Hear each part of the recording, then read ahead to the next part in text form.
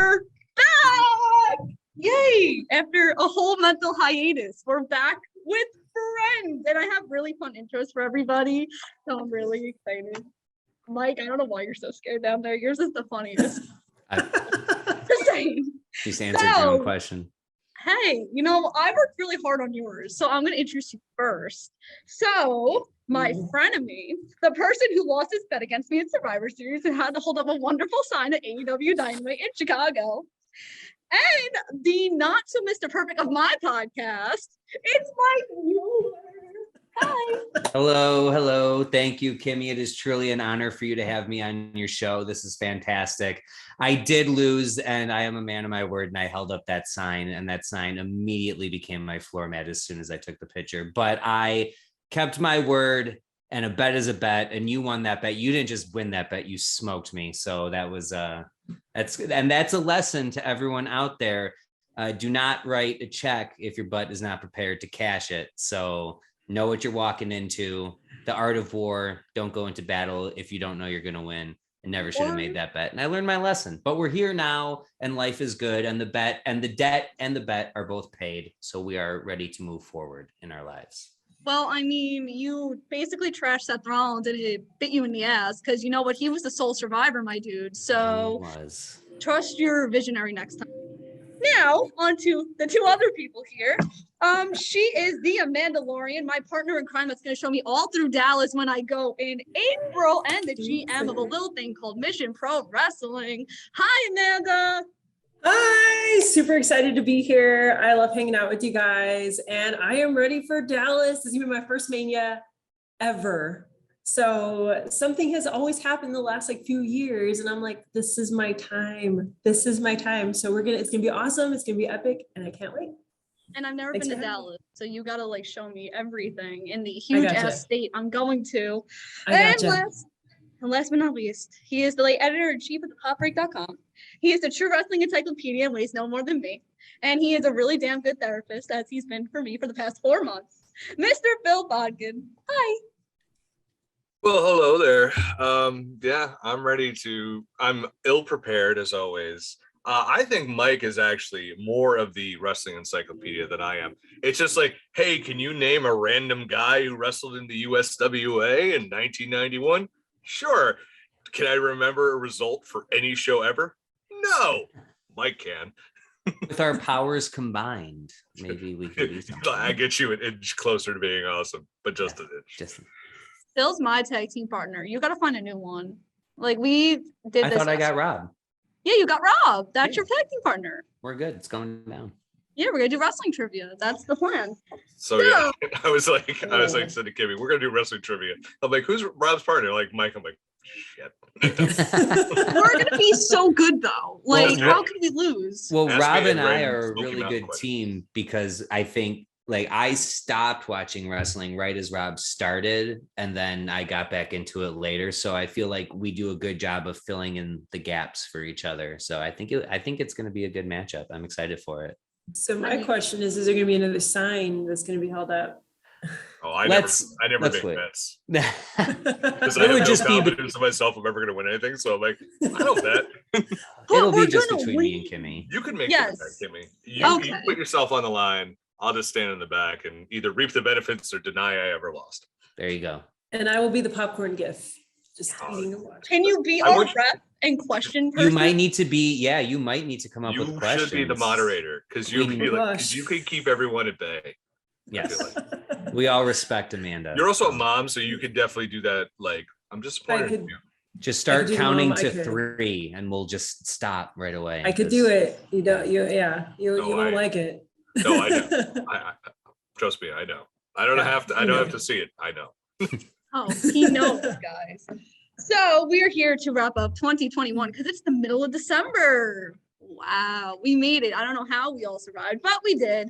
So we're going to start off on a really good note because we're talking about our personal favorites of 2021. Mike, you can go first. What's some good things that happened to you this year? So my personal highlights for 2021, you're kind of looking at it. It's being able, I got to give a shout out to the aforementioned Rob Williams, getting me on the Bob Culture podcast that opened all these wonderful doors for me. It got me into writing great articles for Survivor and AEW Rampage on thepopbreak.com.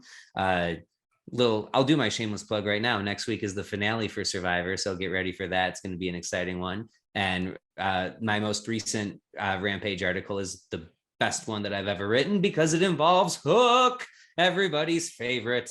So it's just been wonderful. Moment of the year. Oh God, so good.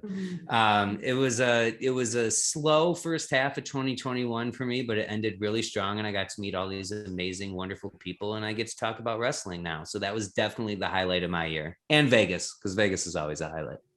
Oh, I meant to talk to you about that. I'm going to Vegas in a couple weeks, and I wanted to know, like, you're not going to be 21, right? No, You can't do anything. All right, there's your. That'll suck. Oh. I just threw my fidget spinner across the room. Thanks, Mike. Amanda, tell me highlights of your 2021. Yeah, well, 2021 survived our great freeze down here. Right off the bat, no power, all that good stuff. 3 days of no power. It was we survived. So that's number one. And we'll see. We're supposed to get another freeze this year on the 2020. We'll see how that goes. I'm prepared for it this time. So survived that.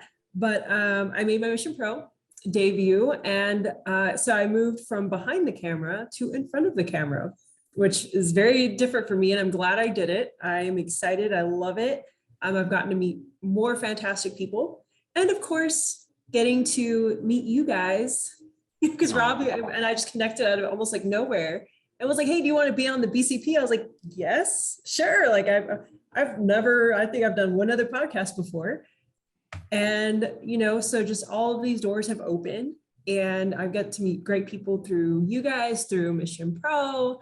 And of course, my little guy started kinder this year. So first year of school ever. And I'm just, my mom had some health issues this year. She's better. So she's better than ever. And and have my new little nephew born. And so just lots of good stuff on the personal front. And again, just through wrestling. So I'm incredibly blessed.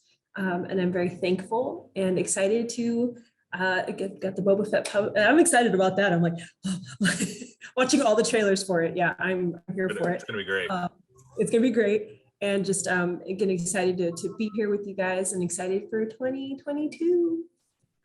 Yay, I like good positive things. Bill, tell me highlights of 2021 for you.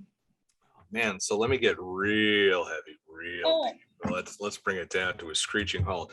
2021 was the year I finally got my depression under control. Finally. Yeah. Amazing. Yes. Amazing what therapy and having a nervous breakdown will do for you. But yeah, I really did. This is the first time in a long time I actually feel good about myself, and fucking Rob is messaging me. Thanks, pal.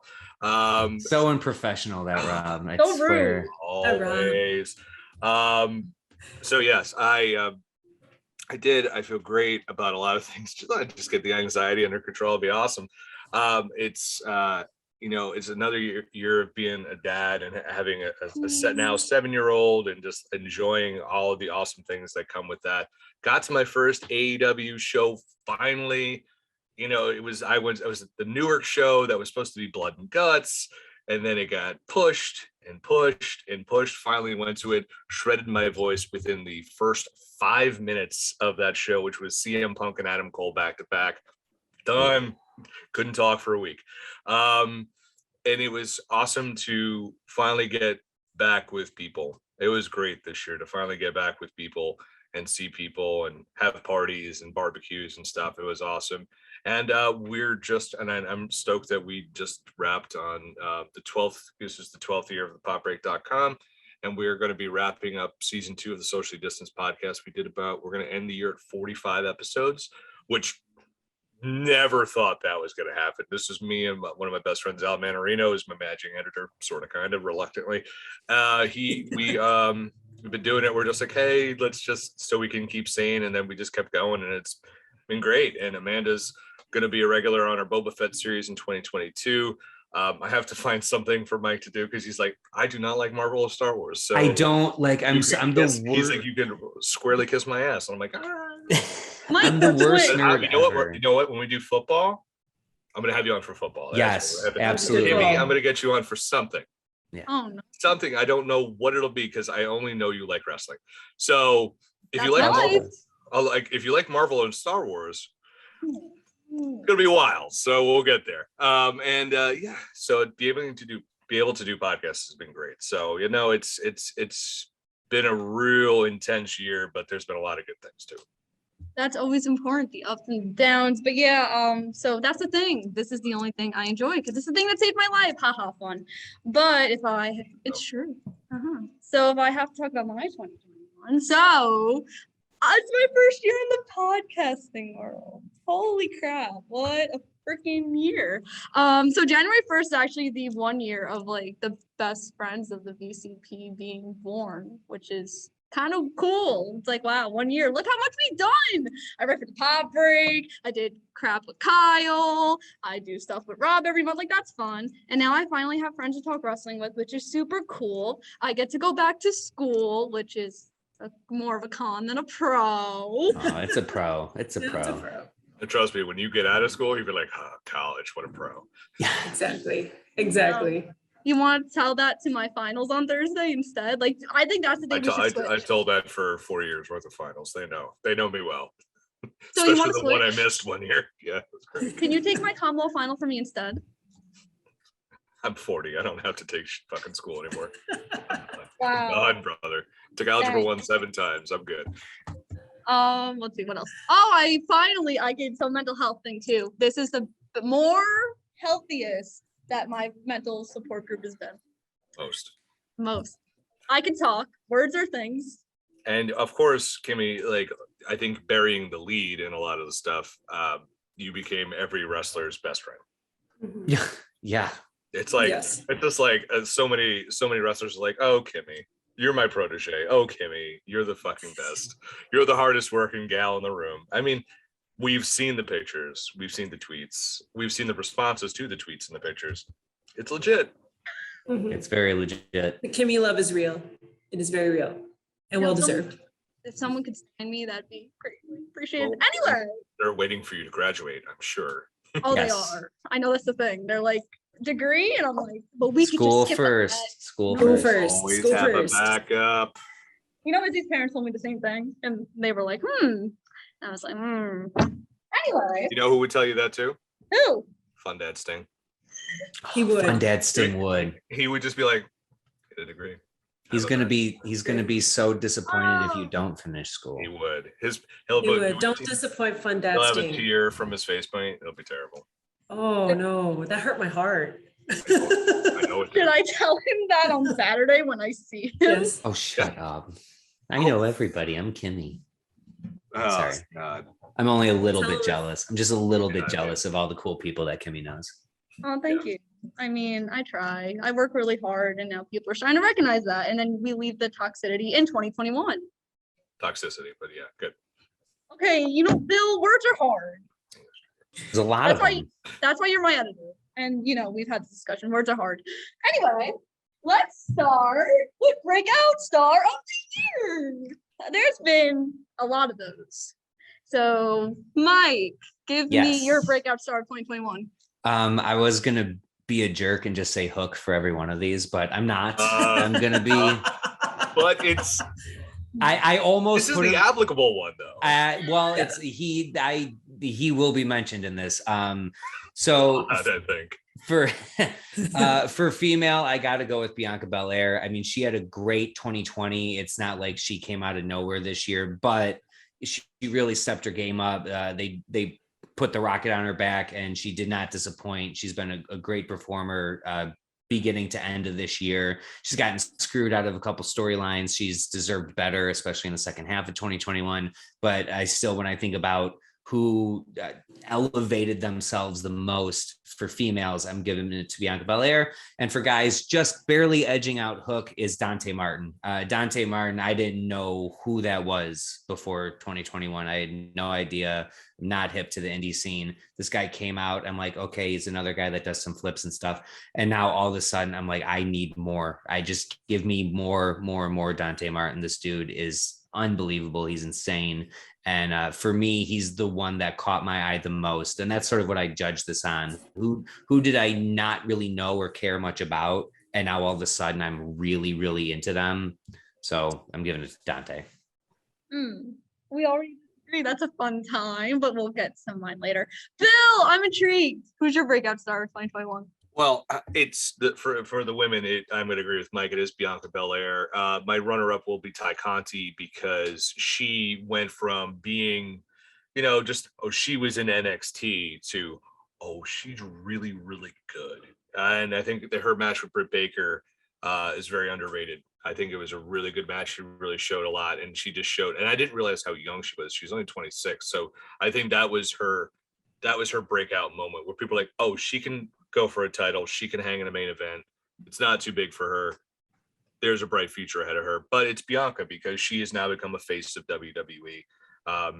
I thought 2020 at times, I'm just like, why are they not pulling the trigger with this woman? I mean, we had that weird takeover in Portland, and we had another weird no, she wasn't in that one. There was a takeover where it was like pretty obvious she was going to lose, and then she was called up and didn't do anything. And then this year, Rumble, that incredible Mania match, great run, hasn't been awesome yet. Even though bad booking has overcome it, still remains a top star. She is 100% going to be a dynasty in WWE for years to come, as long as she wants to be there.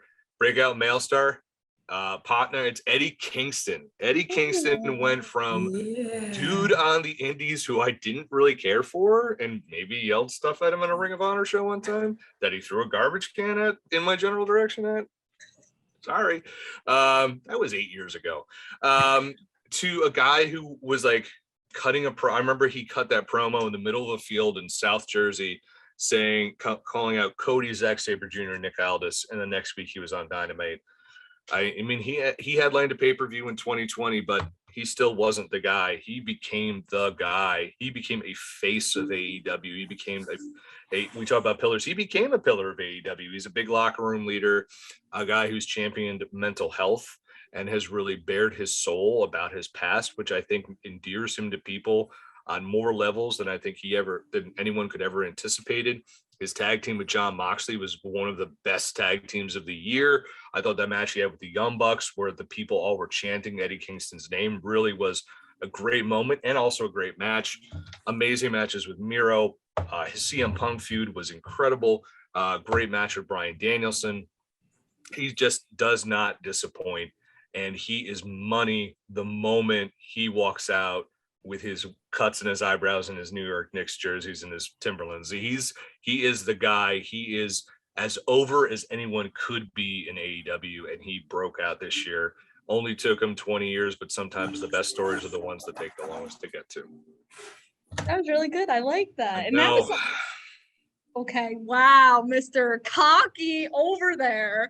I didn't think that's not who I put, but Amanda, go before me. So Bianca did an incredible, she is absolutely amazing. She was going to be my pick for this, but I started thinking kind of I'm like, let me do something a little different. And I kind of went back and looked at NXT too. And for me, Mandy Rose actually made I wanted to see who had the biggest change and who, for me, with that transition, pushed out more to me. Mandy Rose had always been in the background for me, even with WWE, other than just her looks, purely what she was marketed on was her looks. Just seeing her reinvent herself and being like this badass in NXT, that takes a lot. That takes a lot to do to completely overhaul who you are and make something more yourself. And kudos to, at that time, at least, who knows what's going to happen going forward, but having the freedom to do that at that time. So for me, she really stuck out, just in terms of even just her in-ring work improved, just her persona. Overall, she had, to me, the most well-rounded transformation. And so that's why she came to my head like immediately. So I was like, I'm going to go a little bit of a different route with this. And that's where so Mandy Rose is my pick over in NXT. And then for AEW on the male side, I went with Sammy Guevara. Ooh, that's a good pick. Because Sticking in Texas, man. Sticking in Texas. Yeah, I love my Texas people. I'm always going to push my Texas people. But I love how he went from stepping outside of Jericho's shadow in a way, like being the guy that was mean, which I love those. I still miss those with the memes that Jericho was posting for a while with him and Sammy and the great hug in different places. But stepping out into his own element. And just really, he has such a bright future ahead of him. And just the talent there, is tremendous. I mean, he's got everything. And so just seeing him step out into his own, put on these great matches, and again, just starting to finally find his feet, he's going to be somebody that AEW is going to depend on going forward. He's going to be a pillar. There's going to be so much more growth happening. We're going to get more great matches. And I think at some point we'll see him up in the world title picture at some point. So those two are my picks. Again, I kind of wanted to do something a little different in terms of, well, who really now stands out to me more versus how I've seen them before. So, for me, those two push themselves to the front. Now, if only Sammy Guevara could teach Bryan Danielson the love of vlogs, then we'd be in a much better setting. He wants the youth to do more than vlog. He wants them to get out and save the world. That's what he wants. But you could do both. You could vlog yourself saving the world. That's the argument they have to make. I'm so, see, you just put one and one together. So for me, I picked two girls and one guy. So I picked Roxy because the whole Texas. Yeah, Texas, we just got to continue the wave over here. I'm ready for April. Let's just go. So Roxy carried this Ring of Honor Women's Tournament on her back. She is undefeated in Ring of Honor, had two amazing pay-per-view matches, has carried that title to multiple independent promotions, and now she's going to defend it against Deonna Purrazzo in 2022. Yeah. I'm not ready. I'm not ready for this match. I might go die and just. How old is she again? My age. Yeah, so she's 20. Yeah, so that's insane. Yeah, she's so good. Love her. And then I get to work with her in March. All my dreams are coming true in my life. Of course you do. I don't work with everybody. Yet. Okay, you all said it, not me. My other one's Ty Conti because unlike Mike over here, who's a mini, likes to fool me once for picking Ty Conti. It was a bad pick. In the moment, it was a bad pick. It was, but Britt wasn't going to lose. You picked against not for that match, for the Battle Royal. For the Battle Royal. Oh, I thought you meant her at full gear. No, the one that Ruby Soho won that yours truly called. Go ahead, Kimmy. Oh, I mean, that was a layup. That's what I'm saying. That's all I'm saying. Sorry, I don't mean to cut over Kimmy's time, but that's and I do want to say for the record, I really enjoyed Ty Conti. She just wasn't at that point yet, and that's why I said it was a bad pick. That's all. Okay, well now I'm going to prove to you why 2021 was her year, because this girl was the face of Dark. Okay, the face of Dark Elevation, has the most wins of a woman in 2021 over Thunder Rosa. Nice. I believe she's 30 and 2 or 30. Yeah. I don't know. Stats guys. See, I'm ready for our trivia contest, guys. I'm ready. And then she went on, had 2 pay-per-view matches, had an amazing showing, had her best match against Britt Baker. And you're about to tell me that 2021 was not her year, Mr. Mueller? It was a good year. Damn right it was, which is why she's the breakout. On the men's side, however, I'm surprised none of you said Big E. Because he elevated, obviously he's world champion now, and he was never even close to that at that time, but he had been NXT champion. He'd been 7 billion time tag team champion. That's the only reason. He was already too big of a name to be breakout, but yeah, he's very mainstream. He's still very mainstream, for me too. I'm not saying your pick's wrong or bad. I'm just saying for me, didn't pick it because it's just I felt like the New Day was in the pop culture lexicon. So I was like, oh, well, it's the New Day. They're super over. You know what I mean? But I just look at his 2021. He entered as Intercontinental Champion. Then he had his WrestleMania singles match. Then he won Money in the Bank. He did a big ending to some visionary dude off a ladder. Don't really know what that was about. It was not Seth Rollins. It might have been his twin or something. It was his twin. No, it was his brother, actually, because he does have a brother, so that was him. Then he cashes Money in the Bank, and he won the title. Now he gets to go on and have a bigger 2022. He'll probably yes, Phil. Your audio. I was just saying. Yeah, it shorted just for like a second. You're good, though. You're just good. be careful. Yeah, you're good now. Who did he fight at WrestleMania, by the way? Apollo Crews. That's how Dante KTW. Yeah, that's what I thought. Oh, God, I forgot. I blocked that out of my mind. I'm sorry. Because that was really crappy, but he had an amazing 2021. Now he's in 2022. Great pick. He did. Yes. Good pick. And he's going to defend the title at WrestleMania. I know. Who would have thought? I mean, he should have a long time ago, but at least he's here. And he's going to do it. Environment. He's here. The WWE, the way it is. Can I have an unpopular take about Big E for a second? Go for it. Get some heat, Bill. Do it. No, I hate myself for saying this. I want to see him wrestle Goldberg because I know that's like his dream. Like the match will not be good. I mean, Goldberg is dressing like a cop who is learning how to do MMA for the first time. He's just like retired. He's like, whatever. I'm 50. I retired. Let me learn this BJJ shit. You know what I mean? Coming out in his basketball shorts, talking about his kid, yelling at his kid's softball game. But like Big E is talked about. He's like, this is the match I want. And like, as much as I don't want it for me, I want to see that match for him because I'm just like, that's the cool stuff in wrestling when people could be fans in their match and they get like stuff actually happens for them. Like Woods winning King of the Ring. Yeah. And that's another guy who you could say really broke out, especially with his return to his debut in G4 and stuff like that. But like, I want to see that for him in 2022. Do I really want to see it for me? No, but for Big E, yeah, I do. See, that's why I said that Big E should have cashed in on Goldberg, but somebody with a green shirt in that corner told me no. It's time. Why am I like I get all this hate and for no reason. I'm nothing but nice to you, Kimmy. I know, but my show. I can do what I want. You can. It's your world. We're just living in it. Here we go. Actually, if we lived in my fantasy world, it would just be like a wonderful life and I would be thriving and I wouldn't be in school anymore. Anyway, yes, I know you're going to give me the disappointed dad look. I know. Stop. Anyway, let's talk about my moment of the year because this was actually, I was really proud that I came up with this because I don't think you just main event WrestleMania and walk out to AEW a couple months later, followed by Adam Cole, who had an amazing feud with Kyle O'Reilly. What, Phil?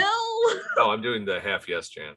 Sorry. Oh, I thought he was yelling at me. Like, nope, bad moment. This was my moment of the year. I mean, I missed it because I was at a wedding and I cried and I was upset I missed it. Yes, I did cry. Like I did. Yes, it did happen. But this was just such an amazing moment. This to me was the AEW is now the top because they just took WWE's two biggest stars that was going to change the game. And they're like, nope, I'm going to go to AEW and have a grand old time doing what I love to do, which is wrestling. WWE, you should take some notes. Amanda, what's your moment of the year? My moment of the year is very similar, but I went with CM Punk returning because I never thought he was going to come back. I thought he was done with wrestling completely. Or if he came back, maybe in like a producer or backstage or just maybe like on camera, I really didn't think he would come back. And seeing him come back, seeing him work, seeing him in his element and cutting to me, he's doing some of the best work and promo work of his career at this point. Like seeing him at peace and just happy, just very much like Bryan Danielson in a way, like you could just tell that they're just happier.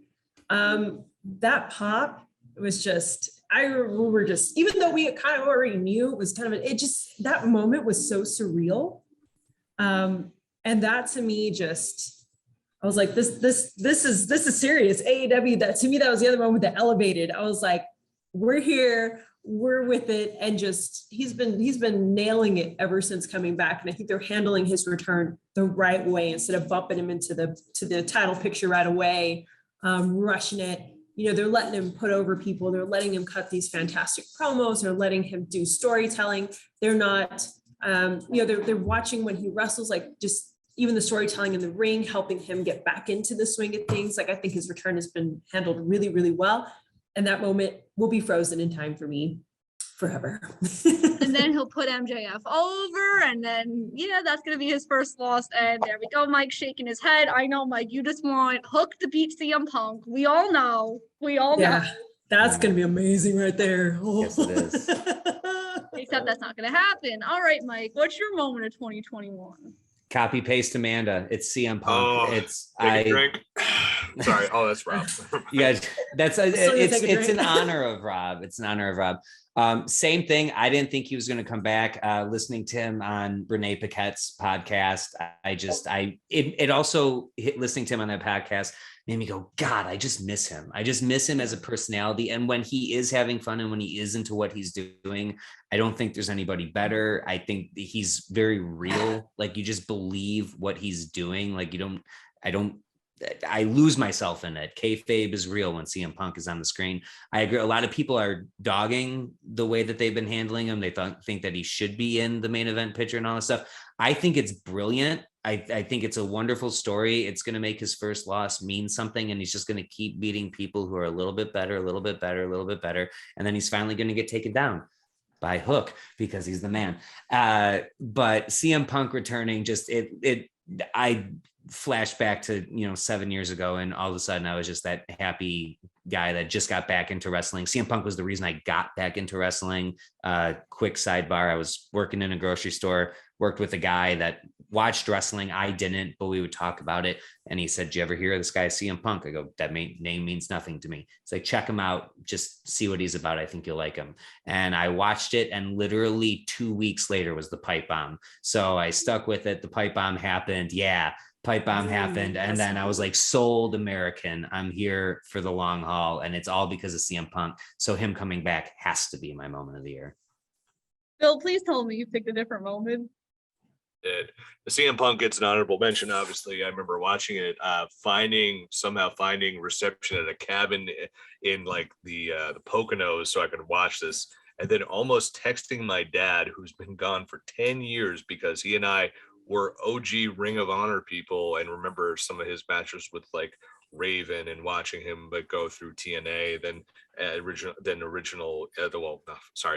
the bastardization of ECW and all that stuff. So last wrestling show he and I went to, he actually was still in ECW and fought Hardcore Holly, dating myself for my last WWE show. The Edgeheads were still a thing. Let's just say that. Also the forbidden that you can't, like, an honorable mention would be Kenta showing up on Dynamite, showing that New Japan and AEW were finally that's a good one. That was great. I'm actually gonna have pick a negative moment because I feel like it has larger ramifications for all of wrestling, and that is the end of the Wednesday Night Wars.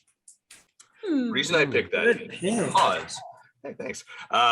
So the reason I picked that is because it is irrevocably changing the landscape of wrestling. When NXT went to Tuesdays, it was the beginning of the end of the NXT that a lot of us had known and come to love as this Ring of Honor PWG super indie under the WWE banner. And slowly but surely we saw that stripped away, and we now have NXT 2.0, which is full on developmental. A lot of the talent we saw from that company, that promotion, were released. So now you have two different things. You have WWE is now changing the way it's going to be recruiting. No longer, Kimmy, don't take offense to this. They're going to be going for more of the Roman Reigns than the Seth Rollins. So they're not going for the indie darling will not be the apple of their eye. It will be the football player, the athlete, the model, the gymnast, the fighter. That's who they're going for. We're seeing it right now. And now seeing it more develop with the Next in Line program they're doing, where they're going straight to colleges and signing people and they're developing them. And that's kind of what they were doing in the OVW days, recruiting people like Brock Lesnar and Shelton Benjamin right out of college. So that's what they're going for. So WWE, because of the end of the Wednesday Night Wars, had NXT won, I don't think we would have seen any of this. There would be no NXT 2.0 with its TikTok day glow camouflage and, you know, Braun Breaker. Well, we might have seen him, but, you know, some of the other lesser characters we might not have seen. And now we have all this talent that was in the NXT system. Now that's going to change AEW's makeup.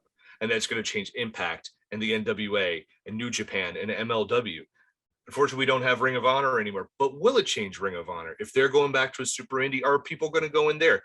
We're now changing the landscape, not just for today. We're changing it for 5 to 10 years down the road, because who knows if Jake Atlas, for example, he comes back and all of a sudden becomes a star for another promotion. He was let go by NXT because he didn't fit that mold anymore. But now he's making a ton of money for, say, Impact Wrestling. So this is all going to change everything. And that is the moment, the big story of 2021. And it's going to change everything we know about wrestling, because WWE has changed their model. Now everyone's going to have to adapt around it, because if AEW signs more people, they're going to have to make room. So that means contracts are going to lapse. Those contracts lapse. Where are they going to go? These people are going to go elsewhere. You're not on AEW TV, and people aren't going to try and capitalize on that. Could another wrestling promotion start? We've already heard rumblings of that.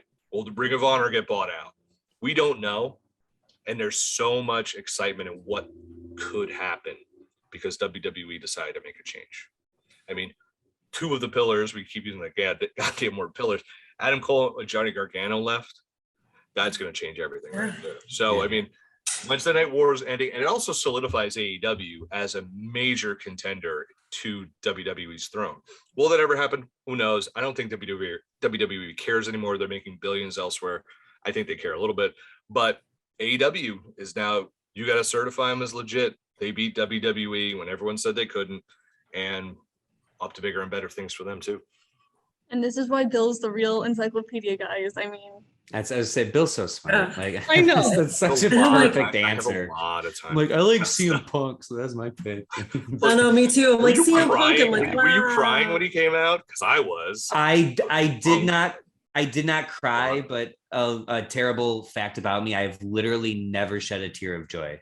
I cry when I'm sad. I cry when I'm frustrated. I cry when I'm angry. I have never once cried out of happiness. No ever. tear of joy?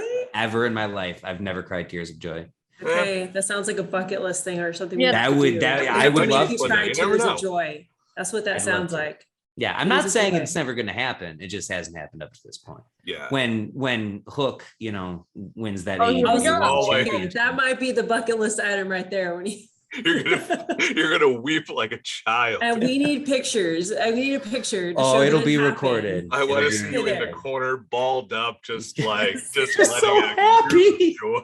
You're like, But you need to be crying into a Hook shirt as well. Yes. Just like cry into Yes. it. And you're just like, covered in Hook shirts. You're like,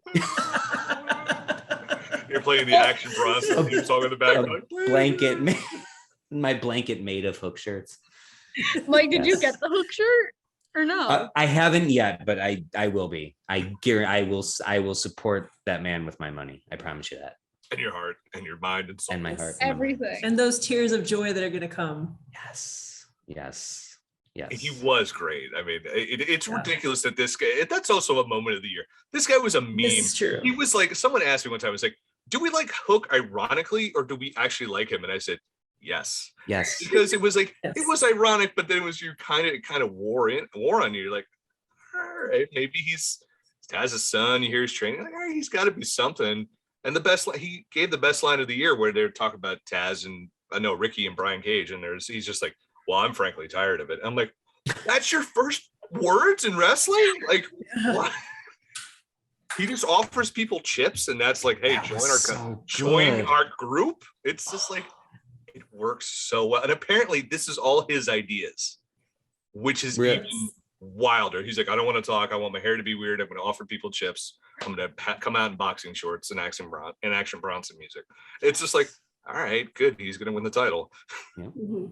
And then Mike's gonna cry, and then we're all. And then I will cry. Love it. I love it so much. Well, no, I would expect Mike would be at the show. Yes. Listen, Depends where it is. That they go to New Jersey every 3.5 days, so I got to get over there.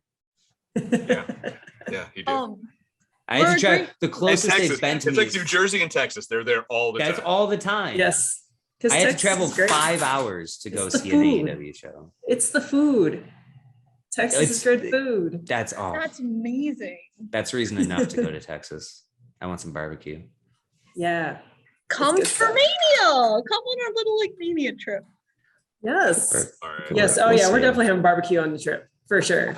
Like good barbecue. Oh yeah, no, that was already a given. I'm gonna be working with like a million freaking people. I need to like eat, you know. I'm just thinking about brisket now.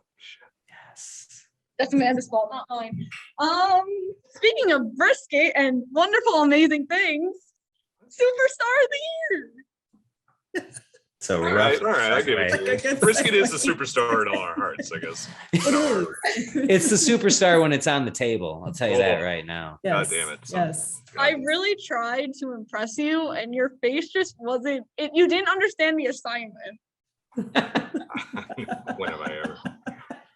You always do. So now I'm going to start with you. Who is your male and female superstar of the year, Mr. Bodkin? Don't say Hook. It's honorable mention. I mean, can you even classify Hook at this point? He's more of I don't know if he's more of a superstar as much as he is an entity of spiritual amazingness. So if you're like Matt Sydal and you've got your third eye open and you really just get into the ether and all the sacred geometry is just coming at you, it's a wild time. Don't think I actually know what I'm talking about. Sorry. But the male superstar of the year for me undoubtedly is Kenny Omega. I know it's a boring pick to some people, but I have lots of reasons. One, if you look past the wrestling, he did during his run as AEW World Champion, AEW's ratings and pay-per-view buys increased exponentially. Yeah, there are other factors to that, but guess what? Champion will get blamed from when things aren't good, but also should take the credit when they are. He is the quarterback of the promotion. He also helped Impact Wrestling get their best television ratings and pay-per-view buys in a long time. Also kept AAA on the radar when they're not allowed to actually broadcast anything in the United States, especially that last pay-per-view got them in a little bit of trouble, according to the news. So he kept them relevant. So he kept 3 promotions. He was the quarterback of a major promotion and kept 2 other promotions, in my opinion, very relevant. He also, is a big part of AEW Games, which launched 2, not 1, but 2 mobile games. And we saw clips of what's going to be the console game, which looks awesome. He also had, if you look from an in-ring perspective, he had the first Rampage match with Christian Cage, which was absolutely awesome. He had amazing matches with Jungle Boy and Ray Phoenix and Lance Archer, John Moxley, Eddie Kingston, I believe Eddie Kingston, and his pay-per-view match with Pac and Orange Cassidy, awesome. And up until the end, the exploding ring death match with John Moxley, the ending sucked. Watch the rest of the match, it's really good. And then, of course, closing out the Hangman saga, which was one of the great stories of the last few years, was really great. And to boot, he had vertigo the entire time doing it. So the ring is spinning while he's wrestling, and it has been for the past few years. For him to put on that quality of the match where he can do that. I barely got through a podcast yesterday with my head. He's able to do what he does with those type of injuries, plus two terrible, I think at least one, if not 2 bad shoulders, a sports hernia, a back issue, and yes, my daughter, they were asking her to brushing her teeth. Yeah, I mean, he did all that. So to me, he undoubtedly is the male superstar of the year. And I didn't think of a female superstar of the year. So off the top of my head, I've got to say, because she's been the most consistent, and that's right, is Dr. Britt Baker, DMD. You could make the argument for Sasha Banks. We already talked about Bianca being the breakout. You could make the argument for Becky Lynch. I have to put Charlotte Flair in there because Mike will literally kill me if I don't. It is contractually obligated. Deonna Purrazzo. But with the WWE women, there was a lot of breaks. There was a lot of time off. Britt became the star of AEW. She is front and center and should be front and center at all times. She further developed this character to a level I don't know if any of us really expected. She keeps ramping it up. She had that amazing match with Thunder Rosa on St. Patrick's Day, which I know I was, listen, very Irish that day, but I had to watch at least 3 times just to catch everything. And it was incredible. Her match with Shida, amazing. Her matches that she had with Ruby were great. Ty Conti, like every time she steps in that ring, she's hitting home runs. Every time she's on the mic, she's just elevating herself, doing more. Now she's working with Jamie Hayter. That's setting up for future stuff happening. This potential, who's going to be her next challenger, Thunder Rosa, is going to be amazing. She can build an opponent in a matter of minutes and be like, here's who I'm fighting. I'm going to say this. I'm over. She's over. Let's go. They didn't really build that Ty Conti match. And people were like, why are they building it more? I'm like, because people want to see it. They're already bought the ticket for it. And it just, everyone was like, I'm ready for Ty. Britt and her are going to, give her one promo and they're good to go. She's gone from, that Britt Baker, why was she the first woman signed to? That Britt Baker is the best thing to ever happen. And Kimmy's going to hate when I say this. Everyone was like, they need to sign Tessa Blanchard. They need Tessa Blanchard. No, they don't. Sorry, no, and that's not a knock on her as a talent, because Britt Baker surpassed her. She is it. They don't, and Michael hate this, they don't need Charlotte Flair. They don't need anyone. They have their ace, their A number 1. She is it. She's my female superstar. I know you love Charlotte Flair, so I didn't want to be. That registering, that late registration. It was like, what? Wait, whoa, sorry. Back up. We're like, hold on a second. Like, listen there, old man. We have some words. So Britt is going to be my, female superstar of the year. To back up my Tessa point, I'm very biased with the talent I work with. I'm sorry. Gotta back up my clients. Absolutely. Yeah. Always. So I won't go next because me and Bill actually put the same exact thing. So let's get other opinions. I was like, maybe me and Bill both picked the same thing. But you did. I know. You could go. Don't say Charlotte Flair and don't say Hook. Don't say Charlotte Flair and don't say who? Don't say who? Hook. Oh, Can't say no, well, hold on. Let me come up with 2 different answers. No, I have Britt Baker as well for the female superstar of the year, because to me, what I base these picks on is who means more to their brand than anybody. And while I love Charlotte and I stand for the queen, and if she goes to AEW, they should have her do the angle that they were trying to do with Bryan Danielson, in playing off his old, this is what I used to do in WWE. It doesn't work for him. It would work for her. You gotta listen to my the podcast from yesterday. I explained the whole thing. Okay. All right. Well, then I don't have to say anything. You'll see the perspective. I thought I actually explained it to you before. I'm like, oh, I guess I didn't. I fucking lied. You may have, but I don't think so. But Britt, AEW's women's division needs Britt Baker more than WWE's women's division needs any single person that they have on it. Just looking at that as an individual basis.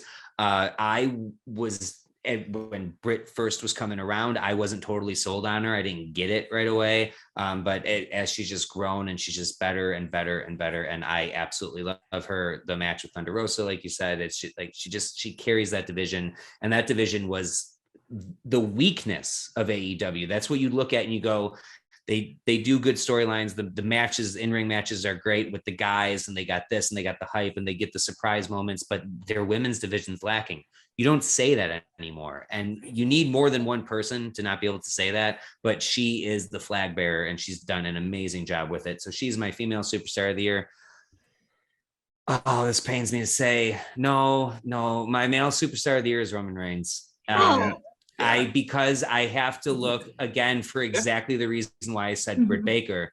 Who is the face of WWE if it's not Roman Reigns right now? Exactly. I think your number 2 is a long way down by comparison, and it's part of it is Paul Heyman. Everything Paul Heyman touches turns to gold, except for Michael McGillicuddy, but that's in the past.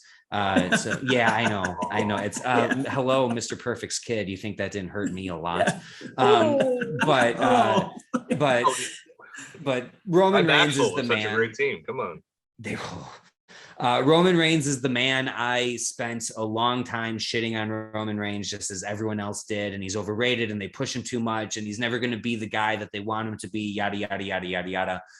Shut me right up this year, man. He's been unbelievable. Every time I doubted him, I looked a fool. I stopped doubting him and I looked a lot smarter. Just in Roman Reigns, we trust. And as far as 2021 goes, to me, he's the biggest guy. Kenny Omega definitely gets a mention for everything that Bill just said. The only reason why I pick it is, like I said, I think like someone could have stepped into Kenny's spot in AEW a lot easier than someone with their current talent, than someone with the build that they currently have could step into Roman's spot. I don't see anyone touching him. So yeah, because they kind of already have. Yeah. And I'm going to tell you exactly why Seth Rollins is the real superstar of the year. I mean, he's won so many matches. I'm kidding. I'm kidding. Wait, hold on. Wait, I was about to say. I'm gonna hook this. You pulled a hook. Wow. Oh man. Okay, so I'm going to tell you why Mike Mueller is now my not favorite person to podcast. Number one, he leaves. Number two, he turns his head and just ignores. And don't forget he gets a drink. Oh yeah, that too. And he's just really rude. We had to push this back because we were waiting for him. Like, hello. None of us really argued it though. Yeah. we're like, yeah, it's fine. I'm not going to use this because I don't want to bother anybody. Amanda, you can go with your superstar of the year while Mike just Who's your female? So my female is definitely, I'm going to go with everybody, with y'all's pick with Britt, because she made. Your boss is going to be. It was so close though. It was so close because Thunder's my number really? 2. Yeah, well, Thunder has really stepped up. Thunder's amazing. Yeah, Thunder, I know. yeah, she's amazing. And just everything she's accomplished this year, her performances in the ring, just the consistency, she elevates. I mean, she's going to elevate Britt when they collide and really just go at it. That's going to be an explosion. I'm going to be hook tears for that, man. Yeah, I'm going to be like,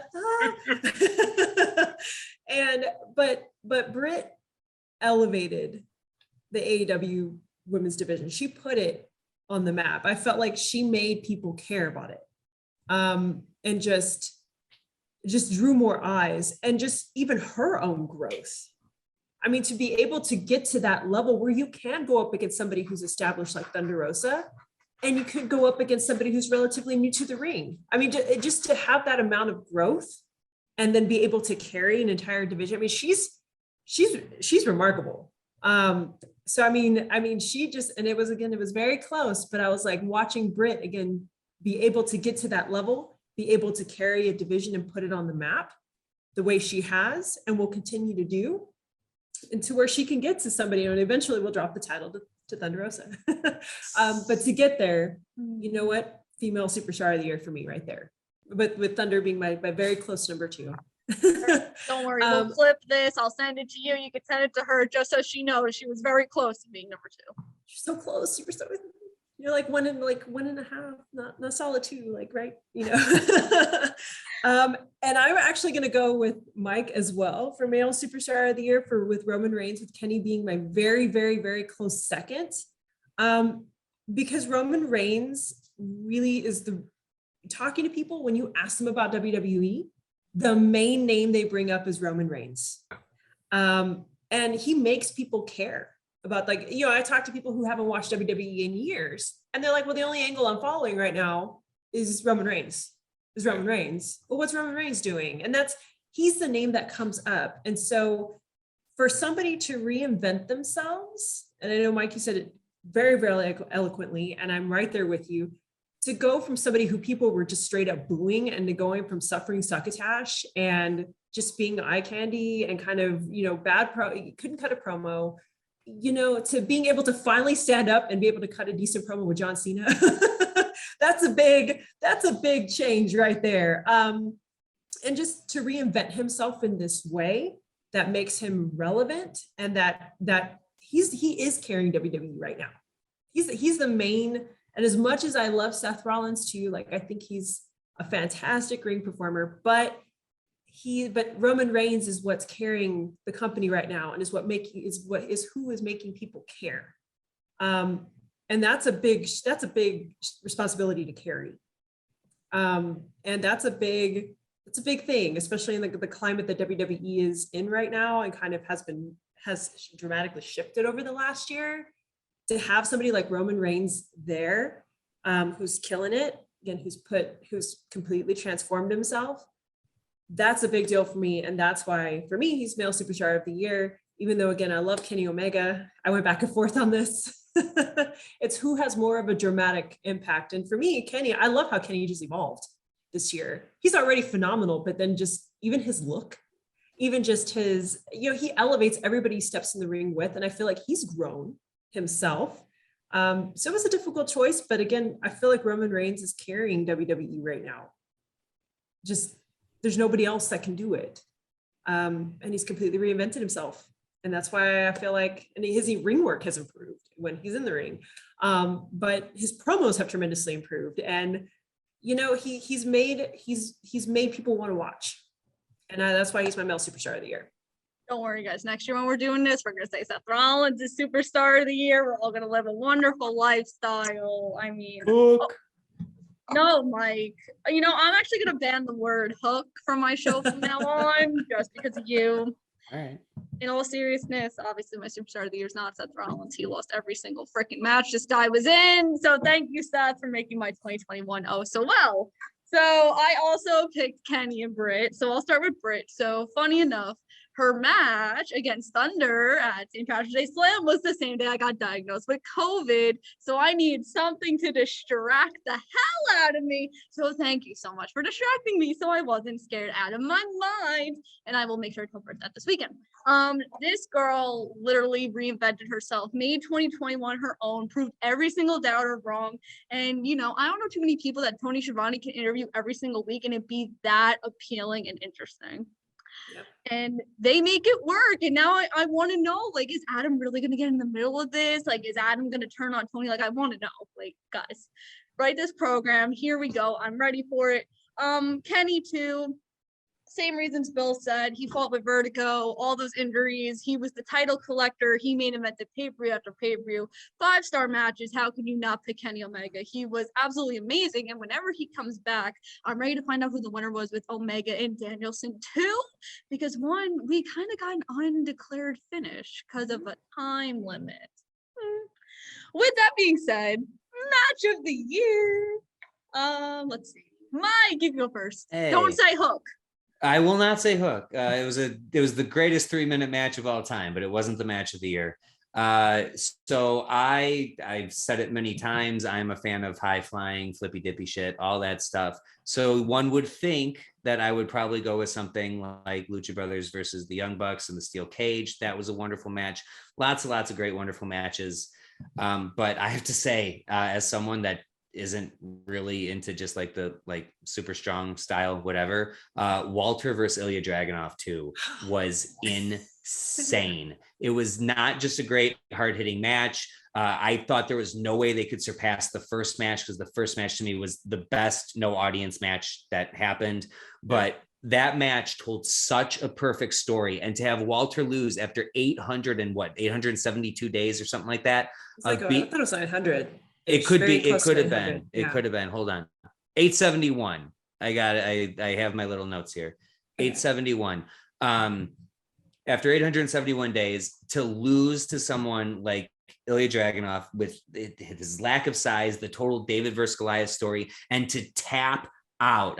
When he tapped, and he didn't pass out, he tapped out. And that I jumped out of my seat like I was a 5-year-old watching wrestling again. I was so excited. I was so into it. And that is the match that I have gone back and watched over and over and over again, more than any other this year. And so for that reason, I have to give it to those two, because they exceeded my already insanely high expectations.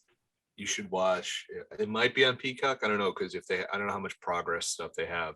They've got some. Walter versus Timothy Thatcher. What happened to that guy?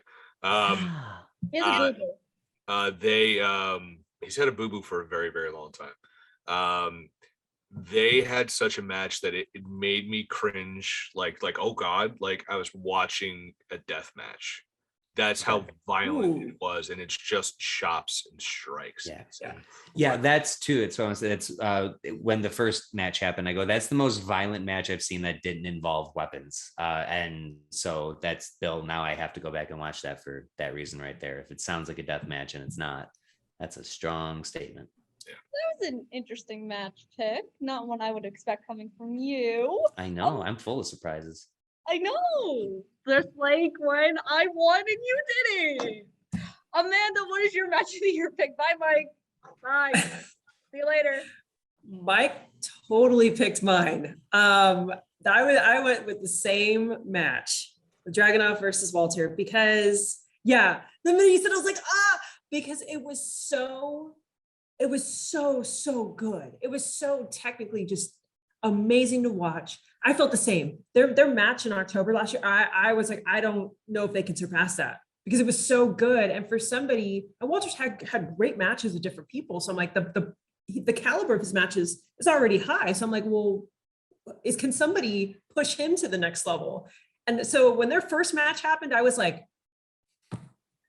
kind of just like fidgety, like, what's going on here? Super engaged. And then this match happened, and I was like, how is this gonna? And I was like, oh yeah, I eat my words as I devoured like a whole thing of popcorn, like watching. It was so good. It was brutal too. I like the brutality of it. It's just the storytelling was amazing. I mean, this is probably the easiest question for me to answer. As much as I love quite a few of the AEW matches I've seen, I'm including Young Bucks and the Lucha Brothers. I mean, that was also an excellent match, but first one that came to mind was just this one because it's just beautiful. It's beautiful. It's brutal. It elevated. And again, somebody like Walter, who's already good, it pushed him. And then, the same when he tapped out, I was like, what just happened? Yeah.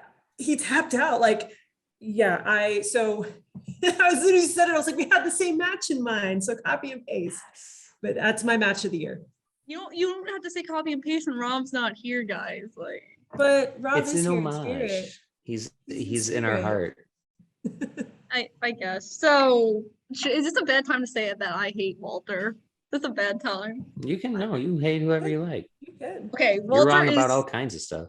Okay, Walter is the freaking most boringest wrestler on the human planet. Okay, I don't care where this guy goes. 20 more, 20 people way more boring than Walter. No, he needs to leave. He needs to go back to not this country and wrestle on that scene. My match of the year pick, however, as Seth Rollins versus. No, it's not. Okay, I picked Kenny Omega versus Bryan Danielson. 1, because I was there. 2, this match was so freaking good, and I was really excited that I got to see this live. It was a dream match that we've been waiting for so long. The first time these two wrestled each other was Ring of Honor 2008. I was in the 2nd grade, so I was a baby, and I didn't even watch wrestling yet. So Jesus Christ, like I haven't even seen the first match, and now Bill's gonna be like, you have to go back and watch it, and let's compare here. See, I know, I've learned, but just look from 2008 to 2021 of what these people have accomplished in that championships, main events, moments. This was my match of 2021. Phil, say you agree with me. Oh, it's up there for me. It's one of my top matches of the year. I actually have a tie. I've been going back and forth. The Lucha Brothers and Young Bucks is up there as well. There's so many great matches I saw. I'll be a dick and say in AEW this year. You also can't rule out Sasha and Bianca, but I have the one is going to be a women's match, and it's one I mentioned before. It's Britt Baker versus Thunder Rosa. The lights out match. That match was just absolutely incredible. It was a culmination of a great story. You felt like these two women wanted to hurt each other, and they wanted to win this match, and that's something I think that sometimes lacks in wrestling. Like I wanted people who actually seem like they don't like each other and they want to win. They have this desire to win, and they're going to do whatever it takes to win. And I was stunned when Britt Baker was busted wide open and she's bleeding all over the place on TNT with thumbtacks in her back. And I'm just like, this brings me back to ECW. I'm all about it. It was great. And what it did was the brilliance of the booking of it was it's a lights out match. It doesn't count. So yeah, she won, but Britt can deny it all day. That didn't count. That's fine. And then we get that. We'll get the rematch hopefully for the title, and we just keep playing into that.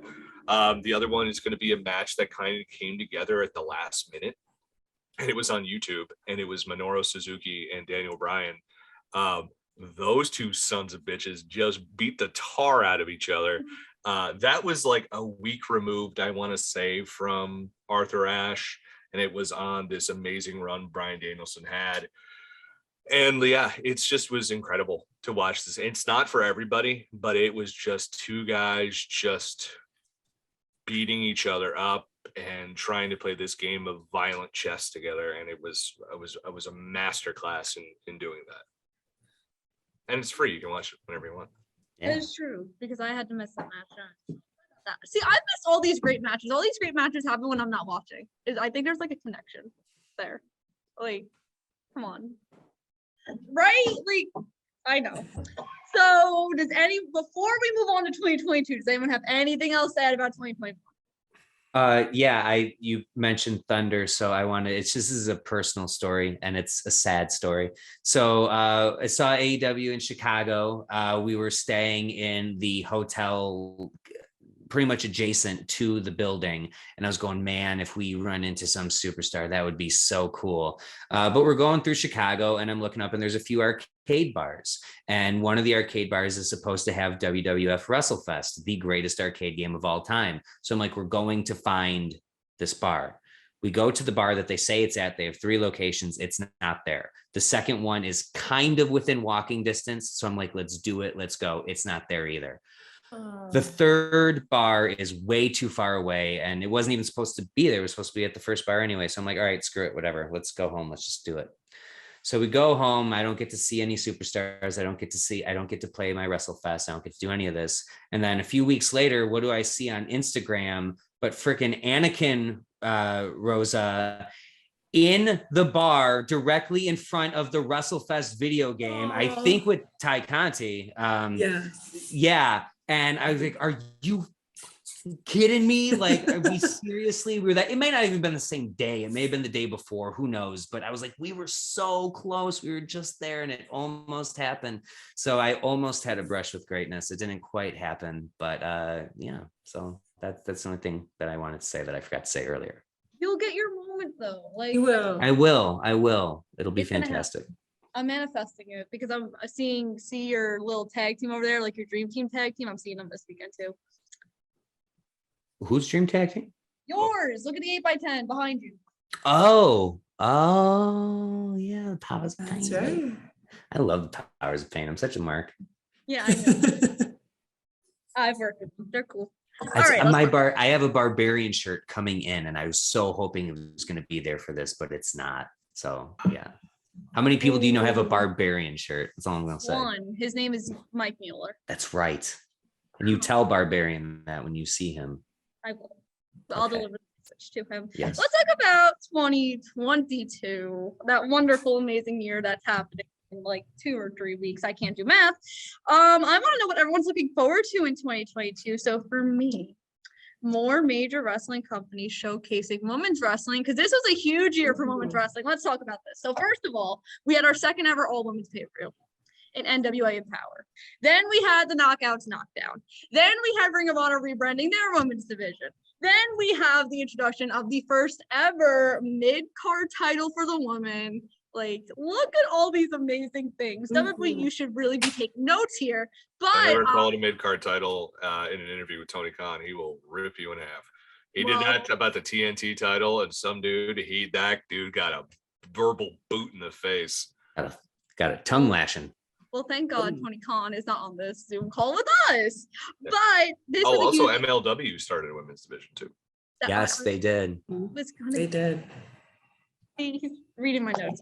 Anyway, so huge year for women's wrestling. I cannot wait to see where it goes in 2022. Maybe Mission Pro could get their TV deal that Thunder Rose has been hoping and begging for. I've seen it. She's like, TV deal? And I'm like, yes. I mean, first of all, we have an Ultimate X match in January for the women. And I think my hot mess friend is going to win. And I'm just going to be like, yes, Chelsea, you go, girl. But Mike, what are you looking forward to in 2022 when it comes to wrestling? Well, you said I couldn't say the word, so I'm going to say I'm looking forward to more clasp or fastener. Or you say oak. It's hook. It's hook, but but you could just say oak. You don't say the full word. Oak. I have, and I'm serious about this. Like I said, I said his name on the podcast. I was joking, but I'm dead serious about this. I can't tell you the last time there's been a debut for someone that I've been this excited about. He just gets it. Like he has no business being as good as he is, as young as he is, with his little experience that he has. And it's just like, you talk about someone that just understands what a character is and how to portray this character and develop it and show it. And I'm so obsessed with Hook. He's good looking on, he's good on the eyes too, so that doesn't hurt. But Hook is a mighty talented man, and I'm looking forward to that. I'm looking forward. Maybe I'm drinking the Kool-Aid here. I'm looking forward to a bounce back for WWE. I think WWE we can pretty much agree with, is not a great 2021 for anyone that's like really into wrestling. They got way overshadowed by AEW, and I think that there's a ego thing. There's Vince McMahon and Bruce Pritchard and all these guys. They don't like knowing whether they're making the money regardless, but their product is inferior, and I think they know that. And I have faith that they will try things. They may or may not work, but I think they're going to try to throw some new things at the wall. And I'm looking forward to the unexpected. I want to be surprised by them. I think we're going to be surprised by them. I could just be let down and it could be another same old year, but I'm hoping that there's some new things on the horizon. I'm very curious. I've said for a long time, they're not selling. I still don't totally believe they're selling, but with the stop of the WWE DVDs and the fact that you're naming, I get that it's on January 1st, but the fact that you're naming your pay-per-view day one, if there ever was going to be a day to announce the sale, it could be then. So, and I think that it maybe a sale is not the worst thing in the world for them. Maybe, maybe they've run their course, and, maybe going public back in whatever it was the beginning of the end, and it's going to be the start of something new. But I just have that feeling. I don't know. And I did not have that feeling going from 2020 to 2021. So I don't know if it's just, putting the title on people they haven't put the titles on before, but I'm holding out hope that we're going to see something new and something exciting. But really, I don't care about any of that as long as I get more Hook. Oh, of course. Mike is Hook, nothing but Hook, or everything but Hook. Amanda, what are you looking for? Head. Yeah, we know. That should be your new gimmick. Hookhead, not Mr. Perfect. Hookhead. Amanda, what are you looking forward to in 2022? I just am really looking forward to more great wrestling in general, more dream feuds coming true, especially with a lot of the big moves that were made over this year. WWE finally has competition. And that is a win for everybody in terms of work. It is a win for the fans, because again, it's even though, yes, and Bill, you brought up an excellent point, honestly, with the Wednesday night, I'm still here like, sorry. But it's still, there's still competition there. And when WWE has good competition, I feel like Mike, I'm piggyback off you a little bit, they tend to step up. And that's what I'm hoping is maybe, whether they are sold or whether they stay with the McMahon family, I just really hope that we see some change, because the real winners, the fans. Yeah. The fans. And just, I'm looking forward to that. So hopefully, like, again, dream feuds coming true, that's one. And then, Kimmy, off your point too, I'm really hopeful and excited for women's wrestling this upcoming year than I have been. This year got me even more excited, but I feel like next year, I can't wait to see where it goes, because we've come a long way from being the bathroom breaks, from, being, the bikini panty, people don't take you seriously. It is amazing to see the female talent get especially the talent that we have now, get the kudos that they deserve. They're busting again. Britt Baker Thunder's match, that's just one example of greatness. And there's so many other women's matches that have happened this year that you could just, it was something that you didn't see. Like growing up for me, I grew up, and no disrespect to anybody who set the trail along the way. We had some phenomenal. Lita was one of my favorites growing up, because she was very atypical and, just somebody outside the box. And I wanted to be Lita, but just coming from, again, women not being taken seriously growing up to now, here's where we are today, kick-ass, fierce.